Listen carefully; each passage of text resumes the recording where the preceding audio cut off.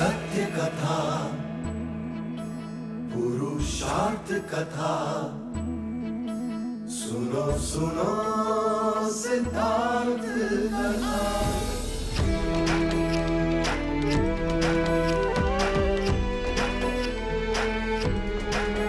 संसार में दुख का कारण क्या, संताप शोक का निवारण क्या। संसार में दुख का कारण क्या, संताप शोक का निवारण क्या। इस खोज में सब कुछ त्याग दिया, हर वैभव से वैराग लिया। वो सृष्टि से संयुक्त हुए, सिद्धार्थ से गौतम बुद्ध हुए।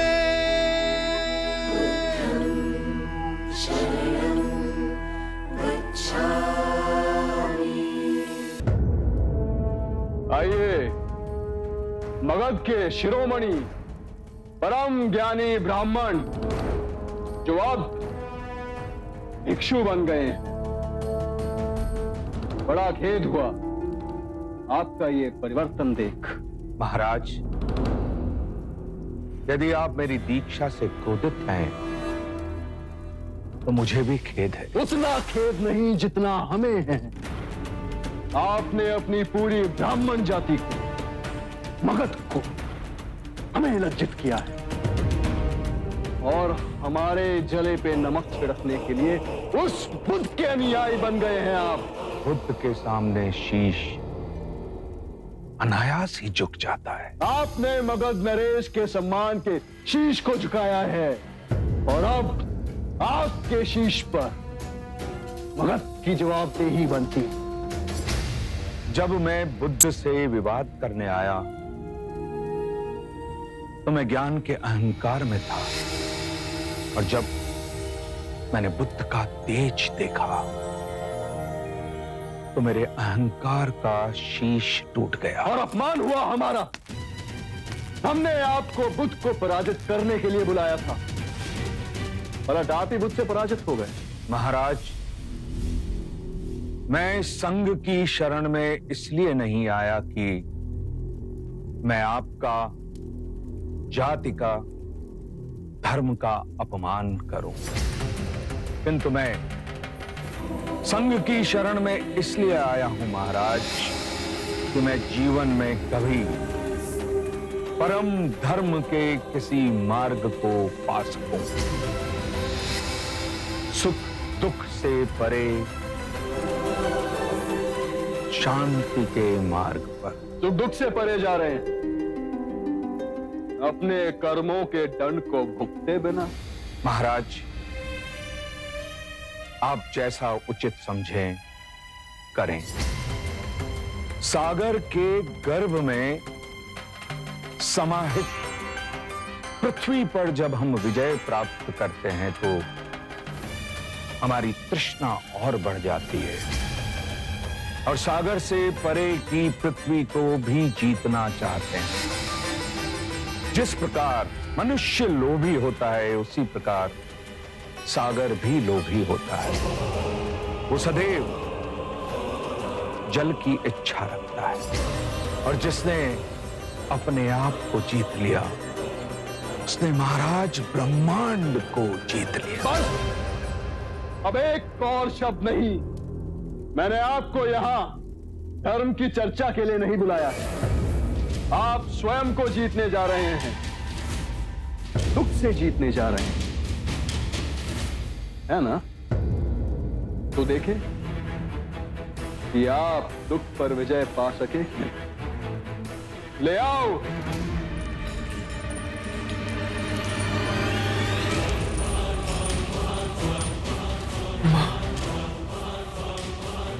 पिताजी।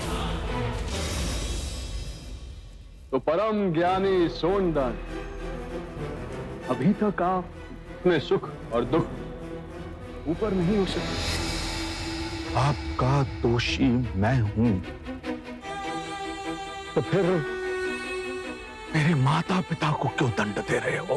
आपके बुद्ध कहते हैं कि हम सब परस्पर जुड़े हुए हैं, तो दंड आप पाए या आपके माता पिता। अंतर क्या है? हम तो केवल ये देखना चाहते हैं कि दंड का अधिक प्रभाव कहां पड़ता है। मुझे क्षमा कर दे। पुत्र, तुम जी छोटा न करना।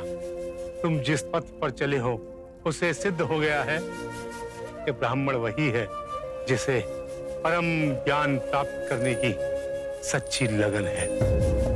हमारा आशीष सदैव तुम्हारे साथ है। ले जाओ इन्हें।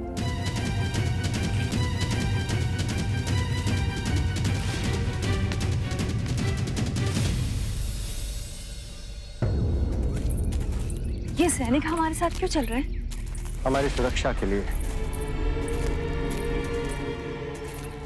वन में कई प्रकार के संकट आ सकते हैं। हम जानते थे आप हमें कारावास से छुड़ाने अवश्य आएंगे, किंतु आपको आने में इतने दिन क्यों लग गए? मुक्त तो मैं तुम्हें उसी दिन कर देता मानविका, पर क्या करता। बुद्ध को मगध से जैतवन लाने के लिए जितने दिन लगे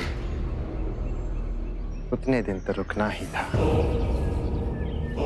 पर अब बुद्ध जैतवन पहुंच चुके हैं।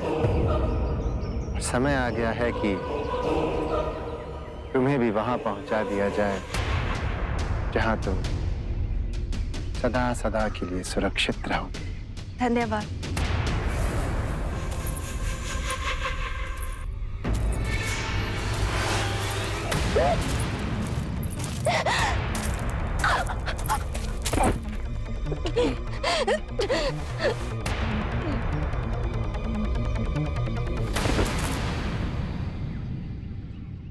जीवित रहकर तुम्हारा उपयोग हमारे लिए समाप्त हो चुका था मानविका,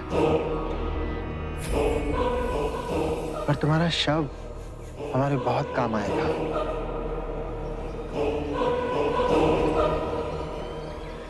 कभी कभी बड़े लोगों के लिए छोटे लोगों को बलिदान देना पड़ता है। बुद्धं शरणं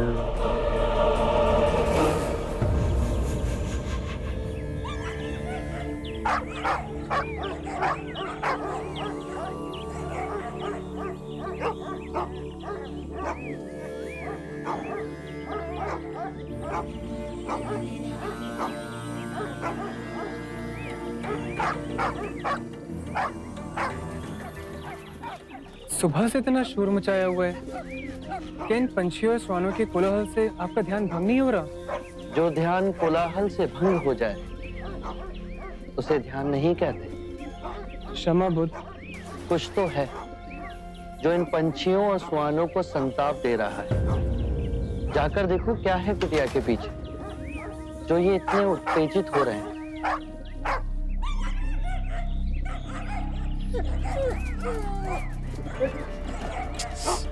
हट हट हट हट।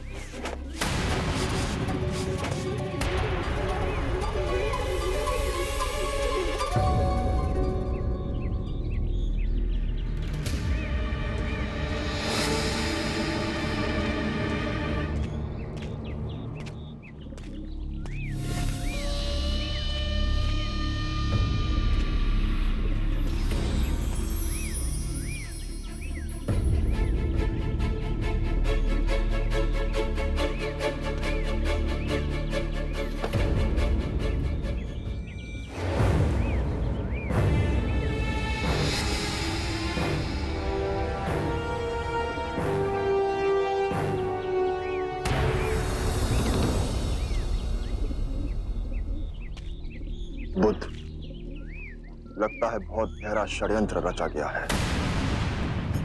शव को देख के अनुमानित होता है कि सबसे पहले इसकी हत्या की गई थी और फिर उसे यहां लाके गाड़ा गया है। परंतु ये षड्यंत्र किसके विरुद्ध रचा जा रहा है? आप करुणा निधान है बुद्ध, परंतु इस संसार में ऐसे विषैले सर्प भी हैं जो करुणा का प्रत्युत्तर अपने विष भरे डंक से देते हैं। हो ना हो, ये सारा कृत्य आपको कलंकित करने के लिए रचा गया है। ये वही स्त्री है बुद्ध जिसने मगध की भरी सभा में आप पर लांछन लगाने का पाप किया था। जितना बड़ा पाप ना किया, उससे बड़ा दंड भोगा है इसने। मैं इस स्त्री के हत्यारे को खोजकर आपके चरणों में ला फेंकूंगा।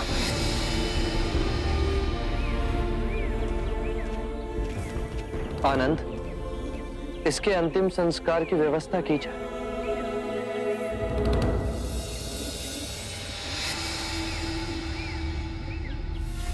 बंधु दोमुख, कल प्रातः तक ये बात पूरे गांव में फैल जानी चाहिए। अरे सुनिए सुनिए, क्या हुआ क्या हुआ? बुद्ध की कुटिया के पीछे एक स्त्री का शव मिला है। क्या शव? अरे हाँ बिल्कुल, हमने सुना है कि उसे गला घोट के मार दिया गया है। मार दिया गया? हाँ। क्या ये सत्य है? अरे हाँ, हाँ, बिल्कुल सत्य है। वाह वाह वाह, आ गए मुंह उठा के। हाँ? कैसे भोले बन के खड़े हैं जैसे कुछ हुआ ही ना हो। हाँ हाँ, देखो कैसे मुंह उठा के आ तुम्हें गए। क्या लगता है तुम्हारा पाप छुप जाएगा? ये ढोंगी है और बिल्कुल भी लज्जा नहीं है। चले जाओ यहाँ से। चलिए, जाओ चलिए, जाओ चलिए, जाओ यहाँ पर। ओम भगवते भिक्षांदेहि।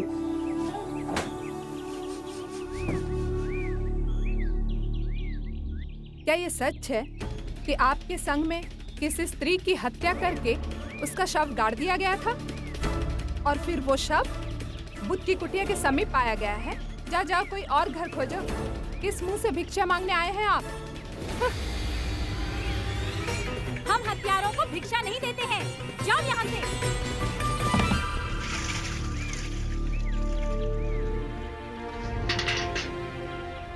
बहुत प्यासे लग रहे हैं, जल लीजिए। लोग तो कुछ भी बात बनाए, हमें बुद्ध पे विश्वास है। रुको, एक बूंद जल न देना इन पाखंडियों को। इस गांव से तुम्हारा दाना पानी उठ गया है। चलो।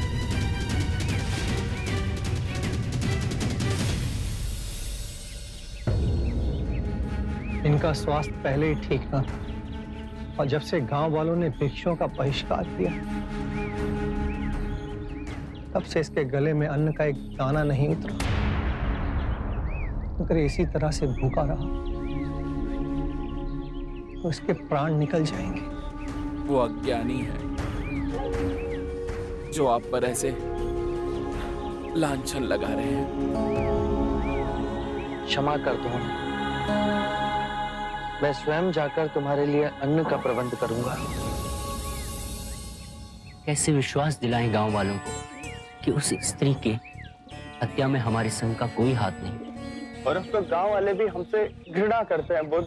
घृणा का उत्तर घृणा से देना कभी सार्थक नहीं हुआ। घृणा प्रेम से मिटती है और यही शाश्वत नियम है। परंतु इस असत्य को सत्य मानने लगे हैं लोग। तीन बातें कभी अंधकार में नहीं छिपती: सूर्य, चंद्रमा और सत्य। बिना अन्न के हम जीवित रह सकते हैं, परंतु बिना जल के आप सबके लिए ये दिन कठिन और विषम होगा। परंतु योग साधना में इसका एक मार्ग है। अपनी जिह्वा को गोल बना बाहर निकालिए और मुख से श्वास लीजिए। प्यास नहीं सताएगी।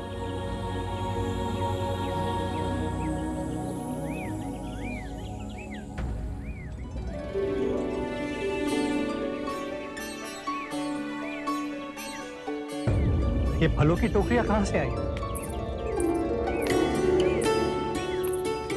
कदाचित हमारे संघ की परिस्थिति की जानकारी पूरे प्रदेश में फैल गई। क्षमा करना हमें बुद्ध, पहले पता ना था। मार्ग में जो बन पाया ले आए।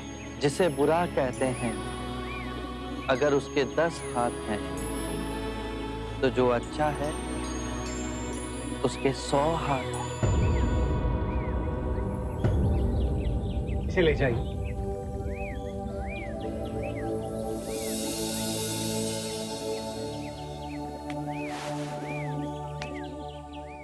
तुम्हारा यहाँ आना अकस्मात नहीं जीवक। जब बचपन में आपसे मिले तो आपकी छवि अमिट छाप मेरे मन में छोड़ गई। तक्षशिला में पढ़ वैद्य की शिक्षा प्राप्त की है जीवक ने।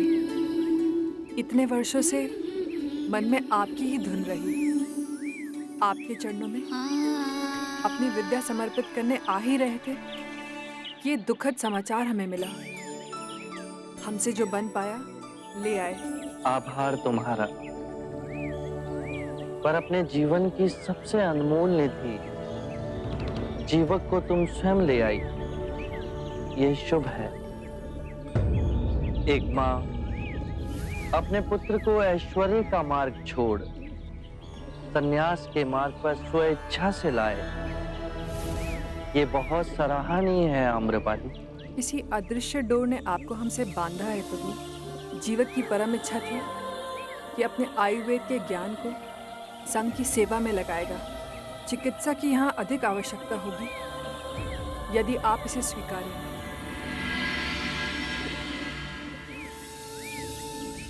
हमारा एक भिक्षु अंदर ज्वर से तप रहा है। कहाँ? आइए, मैं आपको ले चलता हूँ।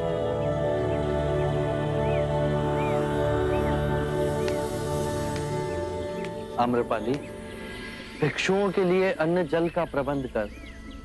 तुमने महान कृत्य किया है, परंतु संघ को एक वैद्य देकर संकट के समय तुमने हमारी सहायता की है आम्रपाली।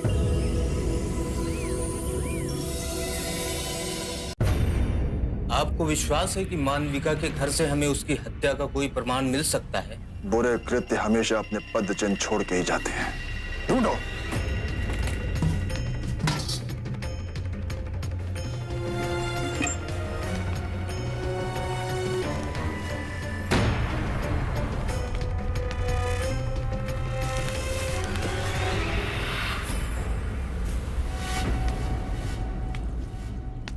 इतना कीमती हार और इस झोपड़ी में?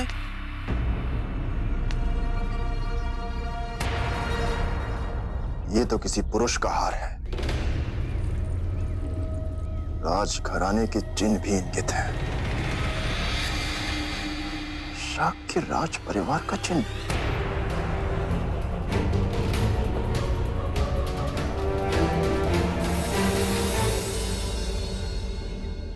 ये हार हमें मानविका के घर से मिला। इस पर शाक्य देश का चिन्ह देख कुछ समझ नहीं आया हमें। सोचा तुरंत आपके पास ले आऊं। ये देख के तो लगता है कि मानविका का संबंध शाक्य देश के किसी राजस्वी व्यक्ति से था। हो ना हो, वो व्यक्ति आपको कलंकित करने की चेष्टा कर रहा है। मुनिवर, आपके अनेक भिक्षु स्वयं शाक्य राजकुमार हैं। क्या उनमें से किसी को इस हार के संबंध में कुछ पता है? आभूषणों का परित्याग किए मुझे असंख्य वर्ष हो गए। मुझे इनकी पहचान भी नहीं। मेरे संघ में कोई भी आभूषण नहीं पहनता।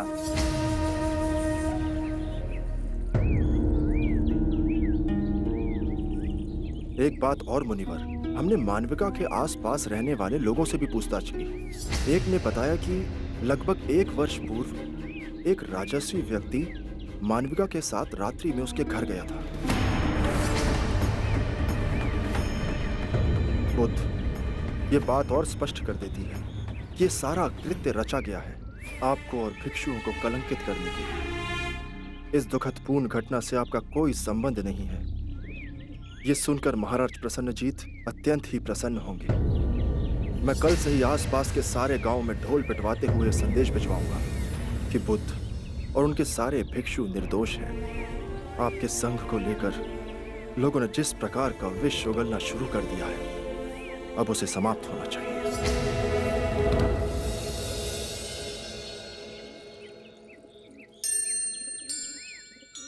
बुद्ध, यदि आपकी कृपा मुझ पर बनी रहे तो मैं उस दोषी को पकड़कर आपके चरणों में ला फेंकूंगा।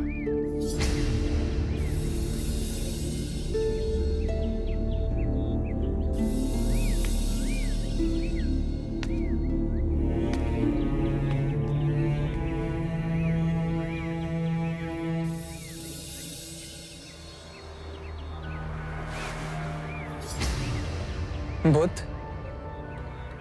1 वर्ष पहले हमारे संग में शाक्य कुल से दीक्षा लेने वाला तो एक ही व्यक्ति है, देवदत्त। मुझे लगता है कि इस कृत्य के पीछे देवदत्त का ही हाथ है। क्या तुम्हारे पास कोई प्रमाण है कि ये कार्य देवदत्त ने किया है? नहीं। तो फिर देवदत्त पर संशय मत करो। सत्य कभी छुपाया नहीं जा सकता। और यदि ये घटनाक्रम देवदत्त के द्वारा घटित हुआ है तो सबसे अधिक मुक्ति की आवश्यकता देवदत्त को है। और यदि देवदत्त अपराधी है तो उसका अंतर्मन उसे कठोर दंड देगा और वो इस पीड़ा से बचना चाहेगा। जिस प्रकार अंगुलीमाल का रूपांतरण अहिंसक में हुआ, उसी प्रकार देवदत्त का भी होगा। मनुष्य केवल अपनी अंतरात्मा को जगाने से बदलेगा।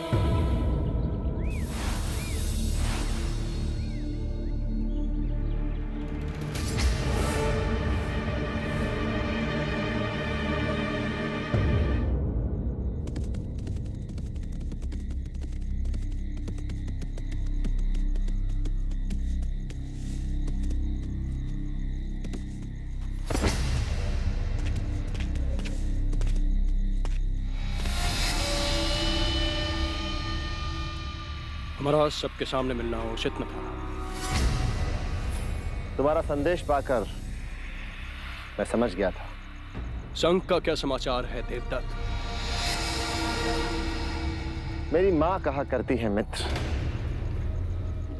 कि ये सिद्धार्थ प्रबल भाग्य लेके पैदा हुआ है। मालविका का उपयोग करके मैंने संघ में आग तो लगाई है, लेकिन लगता है कि ये आग मुझे ही जला के भस्म कर देगी। तुमने भी तो सोनदंड को मोहरा बनाकर मात खाई है हमने समस्त मगध के सामने, किंतु हार नहीं मानी। प्रयास जारी है हमारा। जाल फैलाते रहेंगे, कभी ना कभी तो हमारे जाल में अवश्य फंसेगा। बुद्ध। मित्र, क्या तुम मुझे अपने कुछ विश्वसनीय लोग दे सकते हो जो वेश बदलकर भिक्षुक बन संघ में शामिल हो सके? और मुझे एक वन भी चाहिए भेंट में, जहां पे केवल मैं और वे भिक्षु जा सके। हम तुम्हें दोनों दे सकते हैं देवदत्त, किंतु तुम करना क्या चाहते हो? बुद्ध बड़ी शांति में स्थिर है ना?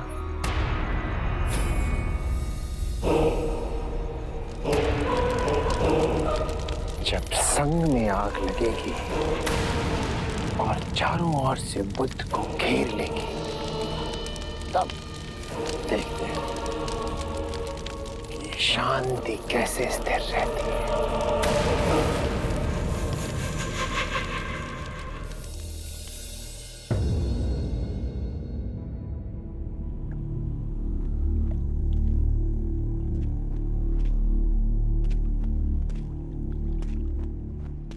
विचलित ना हो महाराज, बुद्ध अवश्य आएंगे। बुद्ध के पावन हाथों से यदि ये विधि होगी तो धन्य हो जाएंगे हम। महाराज, बुद्ध आ गए।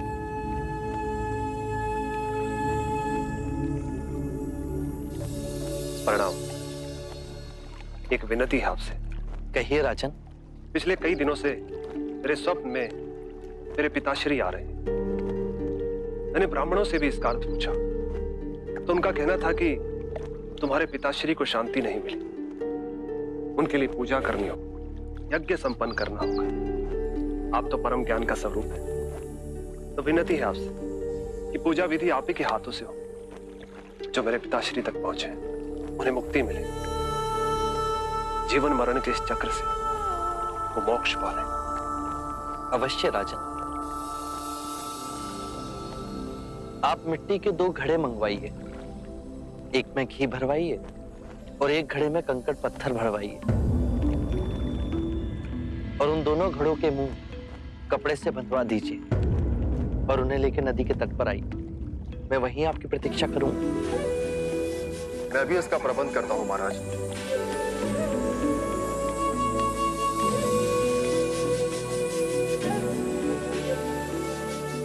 महाराज, अब आप इन दोनों घड़ों को पानी में डाल दीजिए।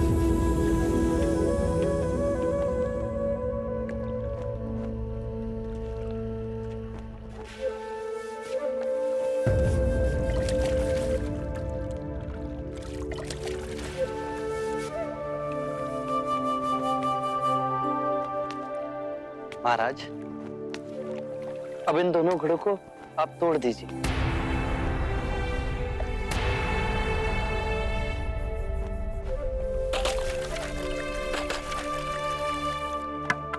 महाराज, अब आप ध्यान से देखिए कि ऊपर उठ पानी पर तैरने लगा।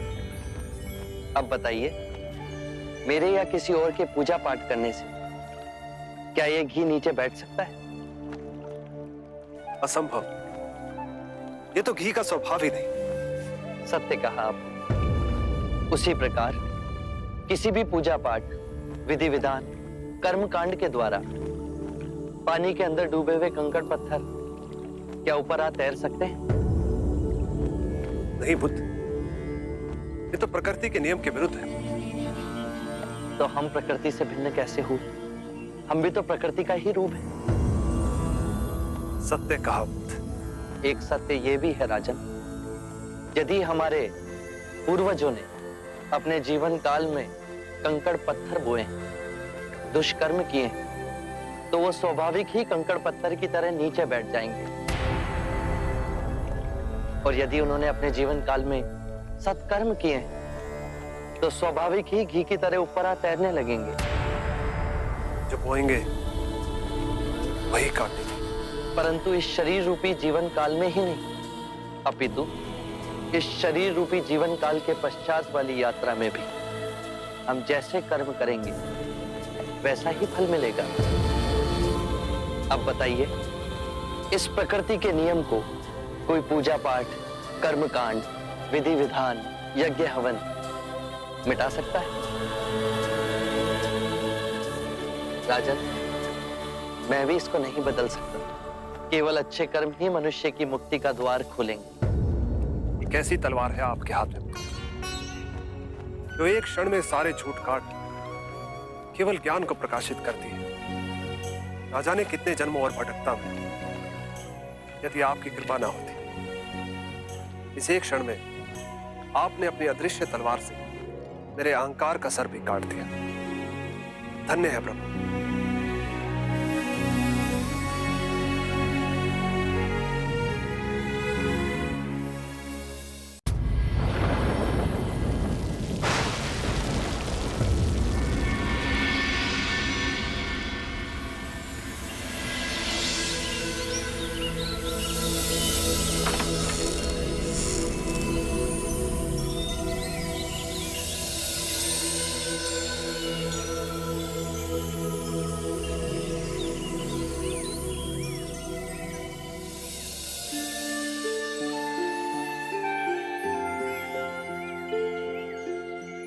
बुद्ध को हमने प्यार से तथागत का नाम दिया।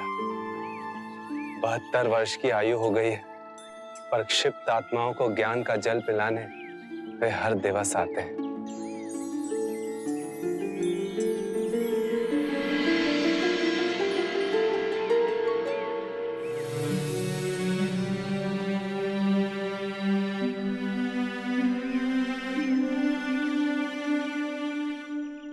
कितनी ही ऋतुएं आई और गईं, कितनी ही बार इस धरती ने करवट बदली, कितने ही राजा और महाराजा आए और चले गए, किंतु हम कितने भाग्यवान हैं कि बुद्ध के उपदेश हमें आज भी इन परिवर्तनों में शांत और स्थिर रखते हैं।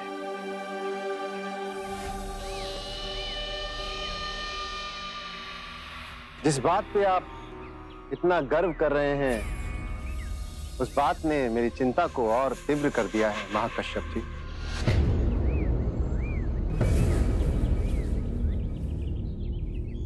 मैं आपसे अपनी और अपने जैसे कई और भिक्षुओं की ओर से एक प्रार्थना करना चाहता हूं।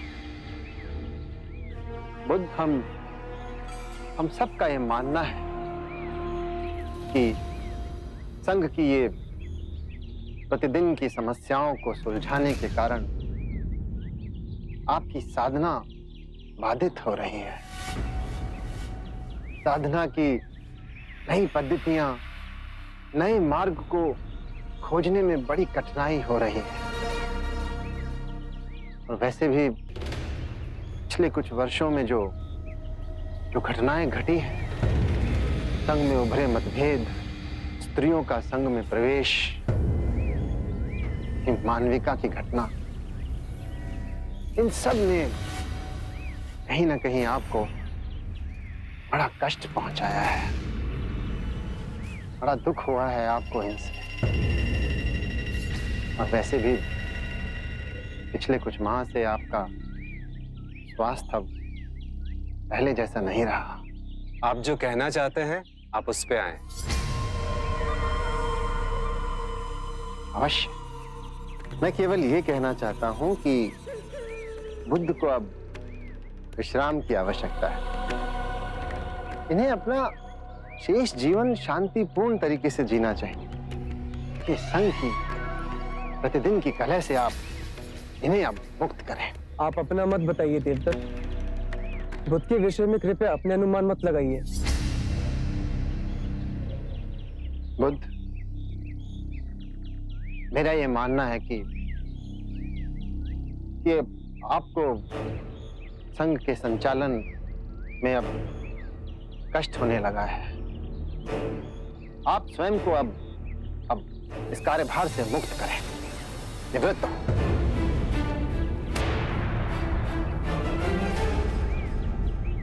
संघ के संचालन की बागडोर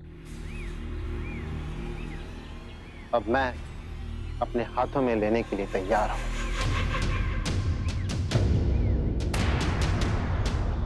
सभी भिक्षुओं के नेतृत्व का बेड़ा मैं उठा लूंगा, आप निश्चिंत रहिए। हमारे लिए विचार ही असहनीय है कि बुद्ध के अलावा संघ का कोई और चालक हो।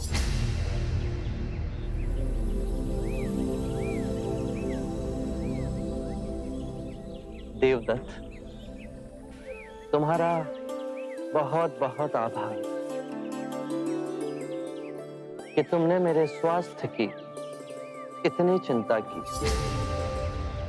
किंतु मैं आप सभी भिक्षुओं को आश्वासन देना चाहता हूं कि मैं पूर्ण स्वस्थ हूं और संघ के कार्यभार को संभालने में मुझे कोई अड़चन नहीं।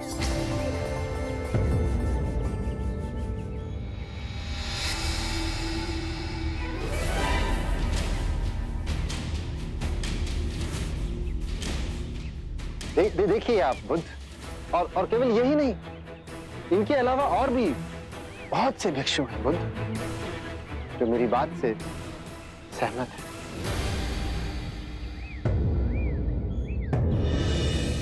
हे बुद्ध, मेरी आपसे याचना है कि आप संघ का संचालन अब मुझे करने दें और स्वयं अवकाश ले लें। देवदत्त, तुमने अपनी बात कही, अब मैं अपनी बात कहूं। आप सभी अपना आसन ग्रहण करें।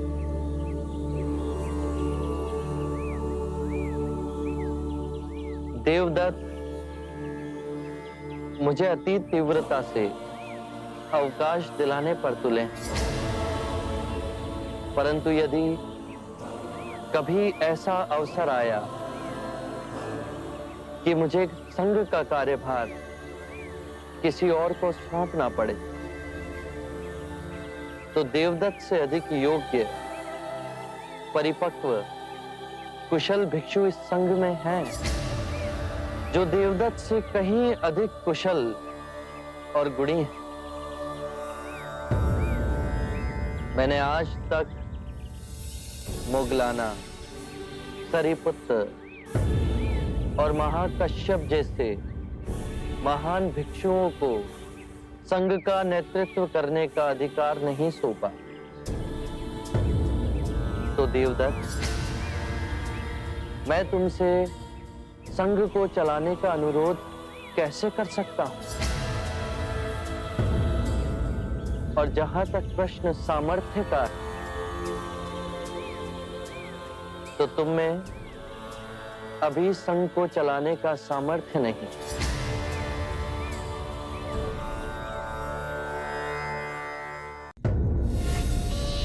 देवदत्त जी, दिल छोटा मत कीजिए।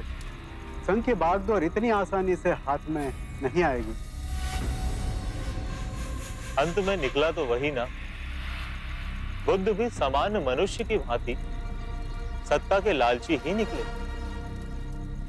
अपना आसन किसी दूसरे को देने में संकोच कर रहे हैं।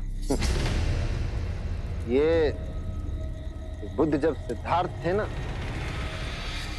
तब भी इनकी मनोवृत्ति बिल्कुल ऐसी थी। सच में? और क्या, तब भी हर बात पे ये प्रतिद्वंद करने की इनकी महान प्रवृत्ति है, ऐसी थी। जैसे मेरी हर बात का विरोध करने के लिए महान पुरुष धरती पर अवतरित हुए। लोग कहते हैं कि सिद्धार्थ बुद्ध हो गए। आश्चर्य। लक्षण तो आज भी वही है, वही के वही सिद्धार्थ के। ये तब भी मेरा शत्रु था, ये आज भी मेरा शत्रु ही है। लेकिन अब इसकी मनमानी चलने नहीं दूंगा, नहीं चलने दूंगा। बुद्ध, तेरी मनमानी।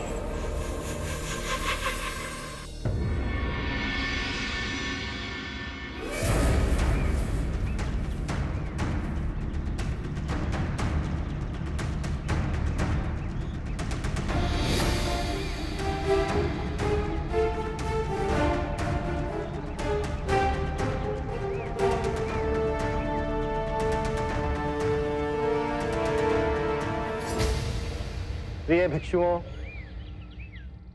अभिनंदन है, स्वागत है आप सबका। सर्वप्रथम मैं आभार व्यक्त करना चाहूंगा हमारे महाराज अजातशत्रु का, जिन्होंने गयासीस वन की ये भूमि हमें दान भेंट की। आभार है हमारे कुलगुरु का, जिन्होंने सदैव हमारा समर्थन किया। प्रिय भिक्षुओं, आप में से अधिकांश मेरे द्वारा ही दीक्षा प्राप्त है। आपका गुरु होने के नाते ये मेरा कर्तव्य भी है और अधिकार भी कि अपने विचार और अपनी चिंता आप सबके समक्ष मैं रखूं। आज मेरी चिंता का केवल एक ही कारण है, संघ का संचालन। मैंने आदरणीय बुद्ध से हाथ जोड़कर कई बार ये विनम्र निवेदन किया कि वे संघ से निवृत्त होकर साधना की नई पद्धतियां नए विचार और नए मार्ग को खोजें, जिससे आप सभी भिक्षुओं का कल्याण हो सके। किंतु बुद्ध ने मेरी बात नहीं मानी। मैंने हाथ जोड़कर उनसे विनम्र निवेदन किया कि बुद्ध, हमारे संघ पे ये आरोप है कि यहाँ पे केवल क्षत्रियों को और ब्राह्मणों को प्रवेश मिलता है। आप स्वयं देखिए कि बुद्ध के प्रथम अनुयायी राजघराने के ही लोग हैं। जो बचे खुचे रिक्त स्थान हैं उन्हें ब्राह्मणों ने भर दिया। यही बात मैं बार बार बुद्ध को समझाने का प्रयास करता हूं कि हमारे संघ में निम्न जाति के वर्ग के लोगों को ही प्रवेश मिलना चाहिए। लेकिन बड़ी कठोरता के साथ बुद्ध मेरे इस प्रस्ताव को ठुकरा देते। अरे, ये तो बहुत बड़ा अन्याय है। हमारे महाराज स्वयं इस बात से कितने चिंतित हैं और इसीलिए मैंने अपने समर्थक भिक्षुओं को अलग से यहां पर बुलाकर ये बात समझानी अनिवार्य समझी। मैं आपसे अनुरोध करता हूं कि कृपा करके आप इस बारे में विचार अवश्य करें। यदि आप चाहें तो बुद्ध के पास जाकर मेरी बात दोहरा सकते हैं और उन्हें यह समझाने का प्रयत्न करें कि आज संघ में परिवर्तन अनिवार्य है और यदि यह परिवर्तन नहीं हुआ तो यह संघ निश्चित रूप से बिखर जाएगा। आप सब मेरी इस बात पे विचार अवश्य करें।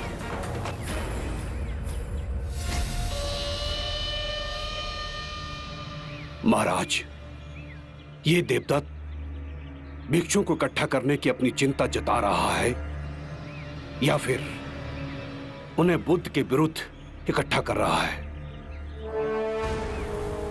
कुलगुरु, इसे ही राजनीति कहते हैं। बस एक बार इस फूट की सूचना हर संघ में गूंज जाए, फिर देखते ही देखते बुद्ध का संघ टूट के बिखर जाएगा। आरंभ हो गई निर्वाण प्रथा, सुनो सुनो ये बुद्ध कथा।